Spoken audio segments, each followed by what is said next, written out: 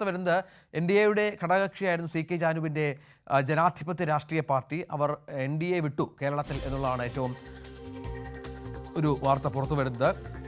B J പിയിൽ നിന്ന് നിരന്തര അവഗണന നേരിടുന്നുവെന്നാണ് ജാനുവിൻ്റെ പരാതി. ബി ജെ പി മുന്നണി മര്യാദ പാലിക്കുന്നില്ല എന്നും ജാനു വിമർശിച്ചു. ജാനുവിൻ്റെ അധ്യക്ഷതയിൽ ഇന്ന് കോഴിക്കോട് ചേർന്ന സംഘടനാ കമ്മിറ്റി യോഗത്തിലാണ് തീരുമാനം. അനീഷ്, ജാനു കുറച്ചു നാളായി എൻ ഡി എക്കൊപ്പമുണ്ട്, തെരഞ്ഞെടുപ്പിലൊക്കെ മത്സരിക്കുകയൊക്കെ ചെയ്ത ആളാണ്. ഇപ്പോൾ ജാനുവിൻ്റെ പിണക്കം എന്തിനാണ്? രഞ്ജിത്ത്, കഴിഞ്ഞ കുറച്ച് നാളുകളായി തന്നെ മുന്നണിയോട് ഒരു അകൽച്ച പാലിച്ച് നിൽക്കുകയായിരുന്നു സി കെ ജാനു. പ്രത്യേകിച്ചും ഈ പാർട്ടി ആവശ്യപ്പെട്ട സ്ഥാനമാനങ്ങൾ നൽകിയില്ല, അല്ലെങ്കിൽ പലതരത്തിലുള്ള വാഗ്ദാനങ്ങൾ ബി ജെ പിയുടെ ഭാഗത്തു നിന്നും നൽകിയിരുന്നു. പക്ഷെ അവയൊന്നും ഇതുവരെ ലഭ്യമാക്കിയില്ല എന്ന പരാതിയാണ് ഉന്നയിച്ചിരിക്കുന്നത്. ഇന്ന് കോഴിക്കോടാണ് ഇവരുടെ സംസ്ഥാന കമ്മിറ്റി യോഗം ചേരുകയും യോഗത്തിൽ ഐക്യകണ്ഠേന ഒരു തീരുമാനമെടുത്ത് ബി ജെ പിയോടൊപ്പം അല്ലെങ്കിൽ എൻ ഡി എ മുന്നണിയോടൊപ്പം ഇനി നിൽക്കേണ്ടതില്ലെന്ന ഒരു തീരുമാനത്തിലേക്ക് എത്തുകയുമായിരുന്നു. മുന്നണി മര്യാദകൾ നിരന്തരമായി ലംഘിക്കുന്നു എന്ന ആരോപണമാണ് ഇവർ ഉന്നയിക്കുന്നത്.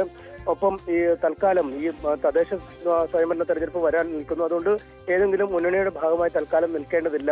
വയനാട് അടക്കമുള്ള ജില്ലകളിൽ തങ്ങൾക്ക് പറ്റുന്ന ഇടങ്ങളിലൊക്കെ സ്വാധീനം വ്യക്തമാക്കുക, ഒപ്പം ഒരു സ്വാധീന ശക്തിയായി മാറി വരുന്ന നിയമസഭാ തെരഞ്ഞെടുപ്പിലടക്കം രണ്ട് മുന്നണികളെയും, ഈ ബി ജെ പി ഒഴികെയുള്ള അല്ലെങ്കിൽ എൻ ഡി എ ഒഴികെയുള്ള മറ്റ് മുന്നണികളിൽ നിന്നും അവർക്ക് പറ്റുന്ന രീതിയിൽ മുന്നോട്ട് പോവുക എന്ന ഒരു തീരുമാനത്തിലേക്കാണ് എത്തിയിരിക്കുന്നത്. എന്തായാലും കുറച്ച് നാളുകളായി തന്നെ ബി ജെ പിയുമായി അല്ലെങ്കിൽ എൻ ഡി എ മുന്നണിയുമായി അകന്നു നിൽക്കുന്ന ഒരു സാഹചര്യമായിരുന്നു സി കെ ജാനു ഉണ്ടായിരുന്നത്. ഇതിൽ ഒടുവിലാണ് ഇപ്പോൾ മുന്നണി വിടാനുള്ള ഒരു തീരുമാനം ഉണ്ടായിരിക്കുന്നത്. എം എസ് സനീഷ് കുമാർ വിവരങ്ങൾ പങ്കുവച്ചു.